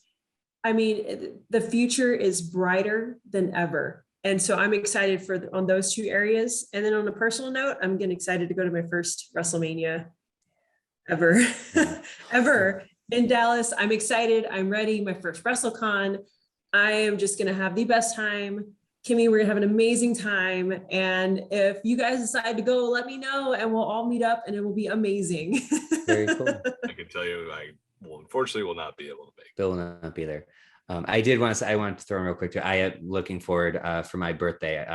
I'm going to the GCW show that's coming to Detroit, and I get to see Rhino and Sabu, a personal favorite of mine, and Kevin Nash will all be there. So it's going to be exciting. And you're going to get, and you probably, I don't know if you'll appreciate it though, is Jimmy Jacobs versus Alex Shelley, the first match they've done before. Yes. You're going to get that match. They started out as rivals. They broke each other into Ring of Honor before they became what they became. Jimmy Jacobs, obviously more of a creative end in WWE, Mr. Jericho guy, creative head for Impact, sorry. And then Alex Shelley is the man. Machine guns, all that stuff. Yeah. So you're in for a huge treat with that. Yes. Good. And I'm more pumped than I was before. So yeah. It should be a good show. I mean, maybe I'm assuming they'll be in Dallas. Don't worry. Everyone's gonna be in Dallas. Amanda, that WrestleCon's gonna be insane, by the way. Like I'm excited. Get hyped. Like WrestleCon is Comic-Con and wrestling and just everything, and it's kind of scary, but it's kind of fun. And you get to see me run around like a crazy person for 3 straight days. That's what I'm excited for. I'm like, I want to know, like, you got to give me the scoop, like, before we go, like, map it out for me. Give me the scoop. And I'm going to try to find you running around. I'm going to make sure you take a break and be like, drink some water, eat some food. I'm going to be a mom. Yes. Did you eat? Do it. Have orange slices. Do you need water? Do you need? You can't eat during these things. I never eat. You know what? I'm working. Quick snack. Yeah, I'm gonna mom you. You know this. She's just gonna throw almonds at you. She'll be like, yes, catch it. Heads up! Look, there's Hook. Yes. I'm gonna be like, I don't know who this person is. Anybody? Everyone's like, she's right. That's what she's doing. That woman's right. You should eat and hydrate. Yes. Amen. Sorry, I don't have time, Bill. Well, we'll make time. Stressful. Bill, what are you looking forward to in 2022 so we can stop yelling at me for not eating? Anxiety text in the middle of a podcast. That'd be great. I'm really like, I kind of have to copy and paste. Oh, what Amanda said, just because I wanted to go for the trifecta. I'm just looking forward to these dream matches. And most importantly, I'm looking forward, just to drill it down further, I need Okada in AEW in 2021. And I just don't need him in AEW. I need Trent's mom to bring him in the ring to the van. She gives him the "you be safe in the ring" kiss on the cheek. That's what I need. And I really think it could happen. I really think Susan Chaos, I need this to happen. It will be a full circle moment. Hook tears. It'll be great. But that pipe dream aside, I do really want to see Okada in AEW in 2022. I think that's gonna happen. It's gotta happen. I think they've God damn it, they've mentioned Chaos and Okada a million times. So I feel like eventually it will happen. I want to see it happen. I want to continue to see the interpromotional stuff happening. I want to see more people who are freelancers. Like, I actually like, and this will be a not popular opinion, I like what Matt Cardona has been doing. He just has been bouncing around from promotion to promotion, getting over, he's a face in Impact. He's a shit heel in GCW and AIW. And he's done great with it. And he's done well with it. I want to see people travel around like this was the old territory days where it's just like, okay, this person's going to be in here for 4 months and then they're going to ship out and go elsewhere. I want to see that. I'm hoping to see more AEW guys and gals go to Stardom and go to New Japan. I want to see that. New Japan, Stardom people come over. I want to see that Forbidden Door just really working overtime. Finally get Vikingo in AEW, which would be amazing. If you guys have never watched El Hijo del Vikingo, go check that out, because you'll sit there and go, Kimmy's like, who? It's called the Google machine. It's called YouTube. The guy does things that Rey Mysterio was doing in '96 and blew all our minds. Update that to the 2020s, and that's who that is. That's how great this guy is. He is a star, and people have been saying he needs to come to AEW. Cody Rhodes has dropped his name a million times. Just with COVID and visas hasn't worked out. So that's what I really want in 2022, and I'm looking forward to these quarterly Clash of Champions-esque style shows for AEW. We're gonna see. So, and we got GCW and Hammerstein Ballroom. What's gonna happen with them by the end of next year? That trajectory is insane. bonkers. Yeah. Could you imagine like a Survivor Series type with like everybody from like different promotions? You get the best teams, cool. like I mean, AEW, GCW, like I don't know. It'd be already like fun. Mapped out an all women's blood and guts with this from cross promotional thing. It's fantastic. It's like, I wish we had like a fantasy football for wrestling where you could draft like, but not just WWE or AEW, like straight up. Like, can you imagine getting to that point where it's like, I'm gonna fantasy draft somebody from New Japan or like AEW or like, I don't know, just that collaboration. That's a really great point, Bill, because that collaboration, all those dream feuds. I'm ready. Juicy 2022. The other thing I will say, bouncing off WrestleCon, I'm excited for all the talent I get to work with in 2022. There's some big things coming, which is really scary, very scary. Contacts were made. I reached out to people. Things are happening. She's made contact, people. She's Jodie Foster in the movie Contact. I don't know what that means. Kimmy, Contact was Contact. Well played. That's my wife likes that movie a lot, so anytime it's on, which was a lot recently, the last year. Yeah, it really was. There's a lot of that movie. It's a science fiction movie with Jodie Foster, and Matthew McConaughey, which I don't recommend you watch. It's long and long. See, Bill knows me. He's like, no, Kimmy won't do long, boring. It's slow, but at least it's long. Yeah. You need something for background noise? There you go. That's what Blind Spot's for. That's what me and my roommate have been watching, and I'm just like, Blind Spot, great show. Let's talk about our final topic. The 2022 Royal Rumble winners. I want to start because I'm really proud of these. It's not Seth Rollins, even though I want to be. What? It's not. I mean, if it's Seth Rollins, I'm just gonna die because I'm gonna be like, he's gonna main event again, and I'm gonna be there again, but he's gonna lose. It's just gonna be heartbreaking. You'll hear me from my section crying to you if that happens. For the women's, I think we're gonna see a wonderful return of another role model with some short hair. She had some Bayley buddies that went bye-byes. I think Bayley's going to come back and win the Royal Rumble and challenge Becky Lynch to main event night 1 of WrestleMania.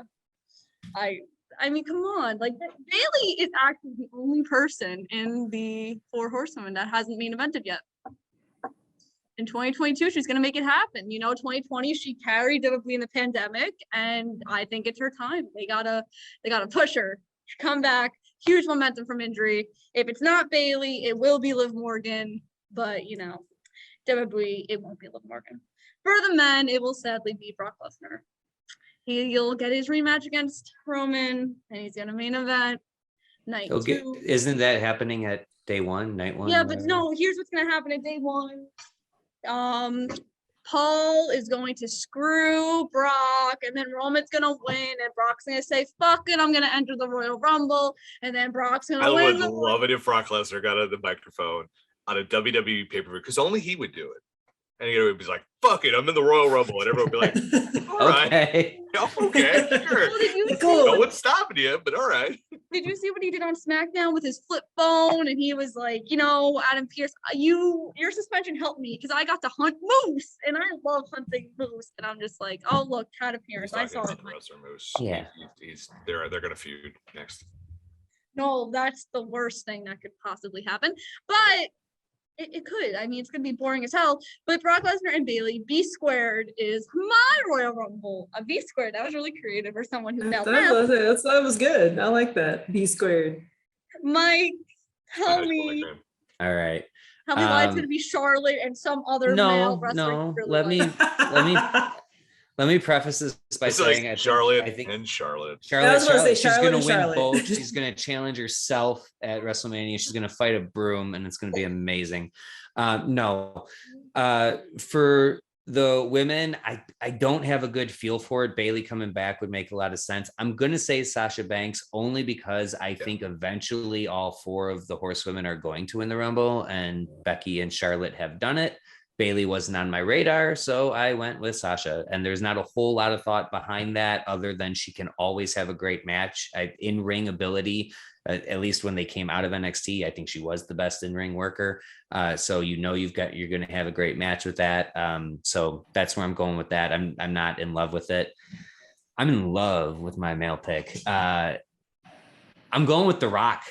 I think The Rock is going to come back. He's going to be number 30. I stole your thunder. Thank you for sending it to me first, Kimmy. I think I just stole Bill's thunder. I don't know. You didn't, but it's a friggin' great pick. It is a great pick. So getting Brock and Roman again, I just don't want it. And that's the only reason why I'm not picking it. What you said, Kimmy, makes total sense. But I'm hoping that we get something different. I still am of the firm. I've been saying it for about a year and a half that we're going to get, since Roman won the title, I said we're going to get Rock and Roman at 38 and at 39. It's going to be the John Cena thing all over again, except this time you're going to flip it. Roman's going to win the first time. Rock's going to win the second time. He'll be the number 30 surprise entrant. The crowd will go crazy. He'll throw everyone out of the ring in 5 seconds and we'll all celebrate. And then he won't wrestle again until WrestleMania, but it doesn't matter because it doesn't matter. It's going to be, I didn't mean to, but then I caught it. And I think we're out of believable opponents for Roman Reigns right now, and he's the last one. He's the Everest, and so we got to get there eventually. Kimmy, I know you don't think it's going to happen for another year, but I think it's going to happen now and in another year. We're going to do it twice, and it's going to be really fun. Sure. I don't think it's going to happen. I mean, that's okay. California makes all the sense in the world. They're all from there. And Ruby Soho is going to debut in New York because her name is Soho, and there's no way she's going to end up in Battle Royal. No one asked you to give me sass on my show. Well, I mean, you brought him on the show. That was implied that was going to happen. So, so here's my thing. I asked Kyle first. Kyle said no. You were the second pick. I love that I'm the backup. I'm the leftovers and of this show. You were the backup. It was between you and you're the leftovers. Yeah, it was between you and Skylar, and I was like, She's more interesting than me, but I appreciate the plug. So thanks, Kimmy. No problem. I'm the bronze medalist. Hey, if it makes you feel better, in the order I invite everyone, it was Amanda, then Bill, then Kyle, then Mike. You should invite Amanda first. I know. I was like, I want to bring Amanda on. Speaking of Amanda and how wonderful she is, tell me your Royal Rumble winners. So I kind of thought a lot about this because I feel like I'm hoping that WWE doesn't play safe, but I feel like they might. I feel like the realistic winners are going to be, for women's, I went with Liv. Unless, again, Bayley comes back or maybe they put it on Sasha, but I feel like, I think they're probably going to go ahead and just put it on Liv to give her some credibility to fight against Becky or challenge for whatever title she chooses to challenge to. That's the safe pick. I would love to see somebody, and this is going to be an unpopular opinion, but she's a big name, Ronda Rousey. This is me on every BCP podcast for years. I'm like, this is the time Ronda's coming back. And I was wrong every time. I know it's like kind of the dream because there's really nobody else that's super prominent that you're gonna pull, because right now the big female names that are not the 4 horsewomen are over in AEW, and I don't think they're going to be able to pull anybody from there that's going to have the same punch. If you really want to elevate the WWE playing field right now and just step it to the next level, you're going to throw Ronda Rousey in there. You know why? Again, as unpopular as it's going to be, she draws eyes. She draws eyes. She's got the star power. She's gonna have ring rust for sure, but you could put her up against a Charlotte Flair. You're gonna have a great feud. You're gonna put her up against Becky Lynch. They're gonna tear the house down. Just the feuding alone. She's kind of again the dream, kind of the oh my gosh, like totally out of left field, almost unexpected. But that's who but I feel like they're gonna go with Liv. But I would love to see Ronda come back for another round and see maybe what she can do this time. Ronda actually also has the built-in excuse that she was never pinned by Becky. Yeah. Yeah, exactly. She never technically lost her title. Yeah. Yeah. So, I mean, that would be a good storyline continuity. The men's, I feel like they're going to go safe, and it's going to be somebody like Drew McIntyre. No offense to Drew, but I feel like if they can't get The Rock, because I'm hoping that they'll get The Rock, or if they can't get The Rock, maybe they'll get Cena, but I really doubt Cena. I feel like The Rock is maybe more realistic than Cena at this point, especially looking at The Rock's like IG and everything. You can tell he's really, I mean, he's always kept himself in fantastic shape, but I feel like he's working on it even harder now for some reason. Maybe I'm looking too hard because I want it. I want it to be The Rock. You can never stare too hard at The Rock. This is true. I mean, yeah. I would, for personal, definitely WrestleMania 38. If it was both of them in the ring, I'm here for it. But I mean, that would be I feel like Drew is going to be like the backup in case they can't get The Rock. And we're going to wind up with something like Brock, Drew, and Roman main eventing WrestleMania. I don't want it. I really want it to be The Rock, or maybe somebody completely unexpected. Maybe they'll bring up, Ciampa from NXT, or Roderick Strong, or they might bring up somebody, from NXT. I mean, do I want that to happen? No, because I'm scared of, we all know what happens when they move from NXT up. But I feel like they're going to go safe and go Drew, even though I really want it to be The Rock. I really want it to be The Rock because that would be amazing. But those are my predictions.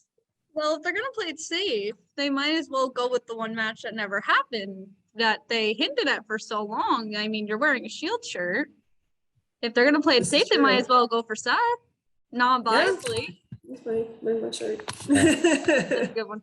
I mean, I'm not going to be biased. I'm not going to say Seth is going to win. I'm not going to straight face. I'm a journalist, straight face here. But if they're going to play it safe, they might as well. That would be a better, I would prefer to see Seth versus Roman versus Drew, Brock again, and Roman. I would at least Seth versus Rollins Seth versus Roman would be a little fresher. I know, right? Would be a little fresher, even though we've seen, at least it'll be a little fresher versus what we're seeing right now. But look, I'll write you the whole storyline. Ready? Rollins wins the Rumble. Heyman interrupts him. Rollins is like, well, I beat your guy already at WrestleMania, so what makes you think you can't do it again? And then they go blah, blah, blah, blah, blah, blah, blah, all the way to Mania, and then Rollins wins the title, and I get to lose my voice and scream and cry all at once. Is Rollins the face in this story? Of course he is. He's the face every single day of his life. I mean, come on. How could you boo that man? They gotta do a lot of heavy lifting to get him. That's the problem. Okay, you know what, Mike? Let me dream. You get to dream about folks. I'm the person who said it, so I know. But you're just like, I don't want to yell at Bill. I yell like, I'm the punching bag. It's cool. Kimmy actually took my pick, and for my reasoning was, I was going to go with Seth Rollins because if they don't have The Rock, he's what Amanda was saying. He's the fail-safe because with Seth Rollins, you're going to get a good match. And so if it's not The Rock, then it's Seth, because again, it's the story they didn't really tell. They had like one interaction at that one Mania one time, and it was a great moment for Seth Rollins, and they just have to. The problem is you really got to overhaul that character unless you turn Roman face, which the crowd might do for them, because Seth Rollins is highly unlikable right now. Yeah, that's a compliment, Kimmy. He does. He's doing his job well. And laugh. It's so bad. It's just the worst. I do want to say though too, not at Mania, but we have gotten Seth versus Roman at Money in the Bank 2016, and Seth beat Roman, and then Dean Ambrose came out and made everybody actually happy, and it was a wonderful day. Yes, that's right. I was there for it, baby. I fractured my toe that day running up the steps, screaming that Rollins is about to lose the title in 26 seconds. It's a story. Sorry. But yeah, I think, but if they do get The Rock, then you would have Seth and Big E, which is kind of what they're doing right now. But it could be Seth and Big E, Seth or somebody else, and you still have a very safe but very marketable Raw title match. Bayley was my pick for the women because I think she's the one woman who's got to come back. And she needs something. She was a great heel. She was the MVP of the pandemic. She was just like, she was just like, I'm going to go out there and wrestle everyone. I'm going to talk so much shit. I'm going to have this talk show, the only talk show that ever mattered over the last 5 years. I don't think that's consistent. What was it called again? It was a Ding Dong Hello. Ding Dong Hello. Ding Dong Hello. Ding Dong Hello. And she just leaned into this heel character so wonderfully. And you know, I would love it. And I would love it if she came out to Beautiful Day like she did, like they did with Triple H at the Garden, and just makes it all about her coming back and how great she is. She's back, everybody. And then what you easily do is you turn Becky face. It's not going to hard. I hate her Seth Rollins knockoff gimmick. It's the worst. It's just like big time backs.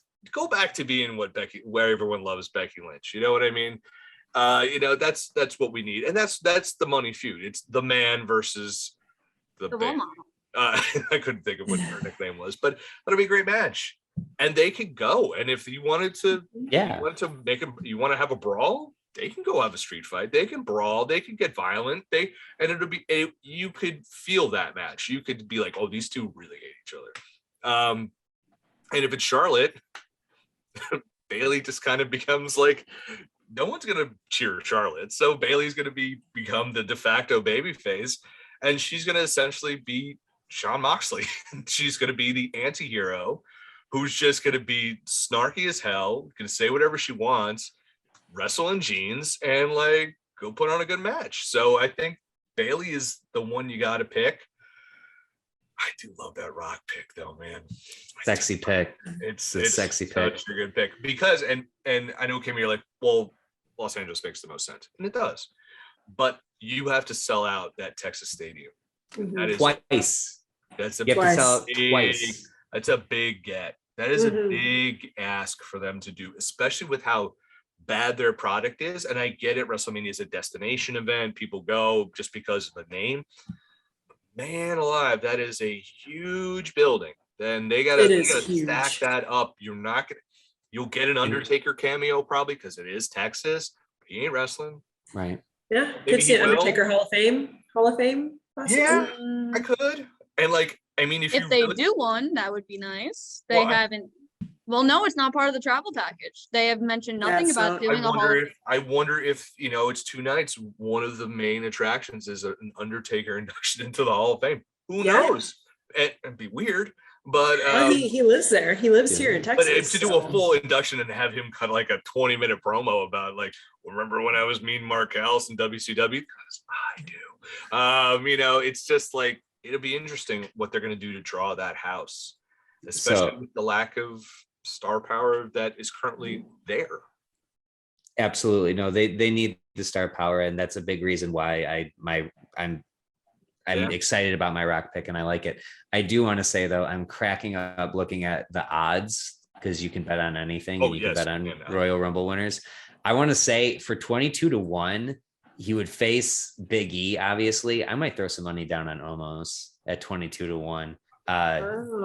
Just for the bang for the buck. Vince McMahon's at 500-1 if you want to throw some money down on Vince. Oh man. Oh yeah. So I was looking at that. What's Rollins at? Oh, I don't know if I can scroll that far. No, actually, Rollins is number 3. Brock is by far the favorite. He's 2-1. Rock is next at 8-1, and then Seth Rollins is 9-1, and then Damian Priest is 12-1. Those are your top 4. And I mean, there's a lot of people like Conor McGregor's on this list. Like, there's a lot of people because again, you can bet on anything. Yeah. But the top 5 right now are Brock, Rock, Seth, Damian, Rock. and AJ. Rock. Oh, and then okay. AJ is 15-1. AJ will be facing Edge at WrestleMania. Drew's at 15-1. I'm here for that one. Okay, so see, this is why you can't take this too seriously. Roman Reigns is also 15-1, and why in any world would he be in the Royal Rumble? So he's gonna be 2 belts Roman Reigns. 2 belts.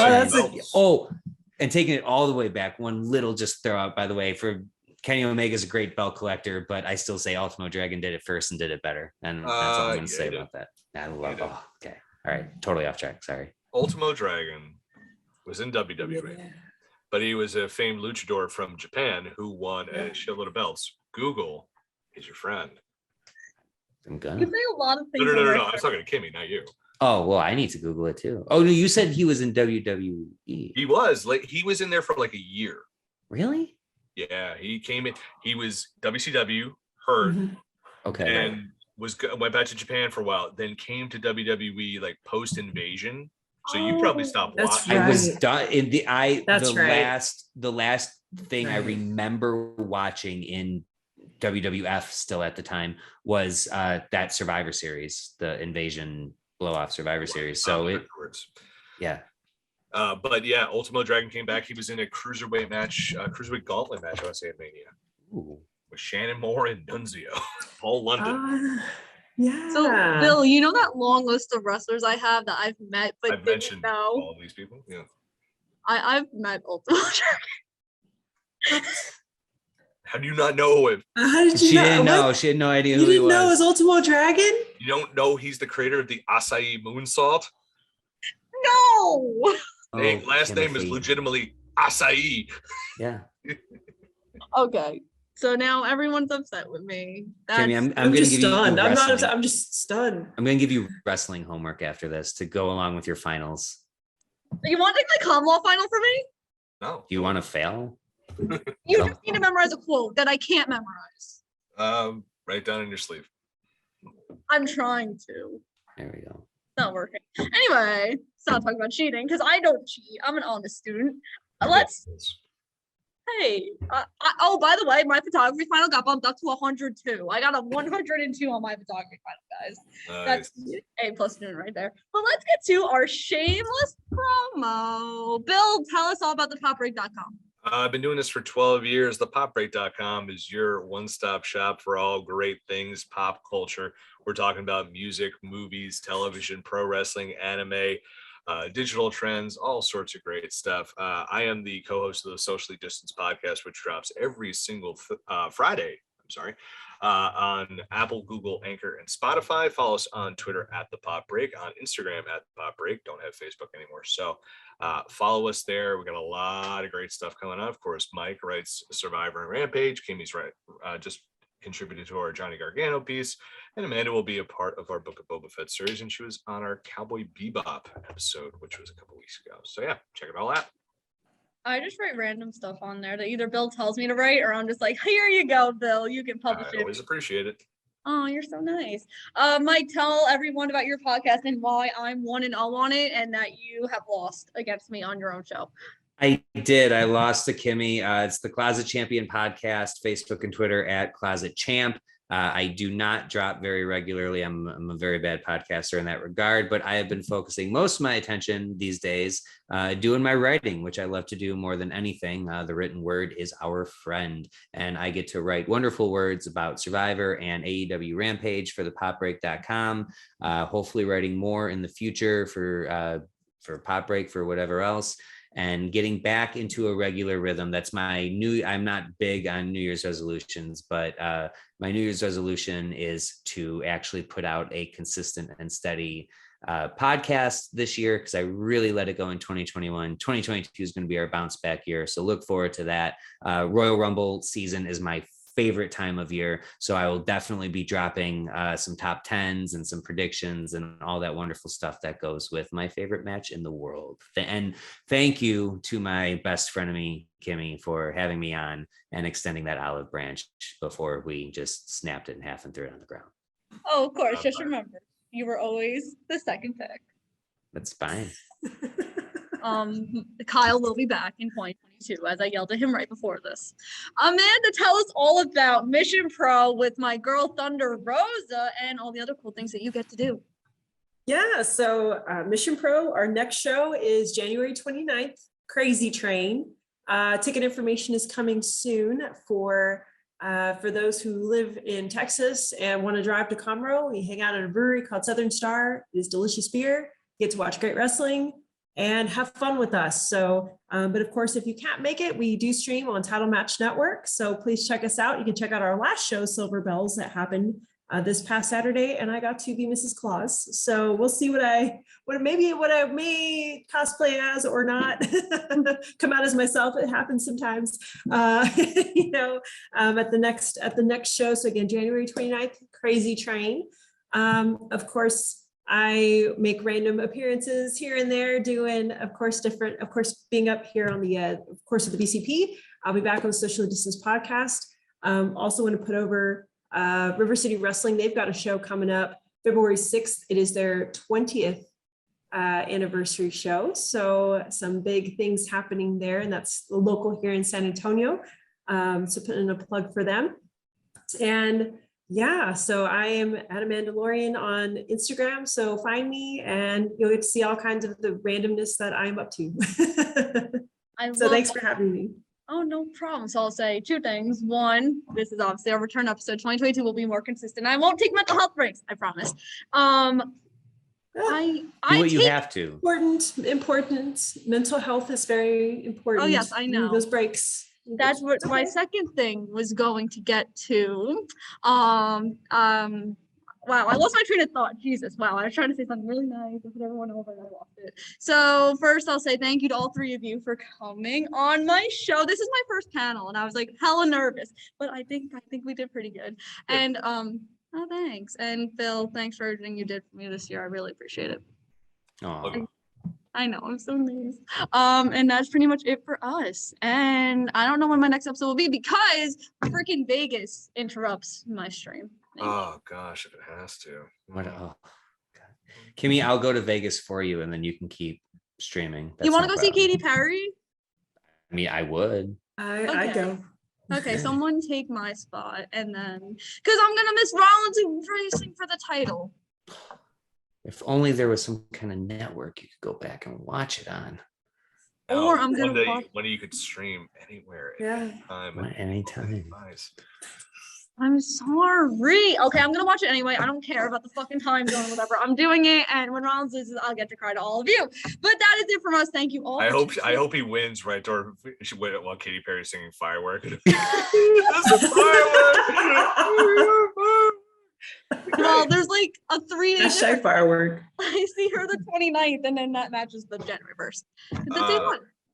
But I mean, we could play that song in the background while it's all you. Go do what you gotta do.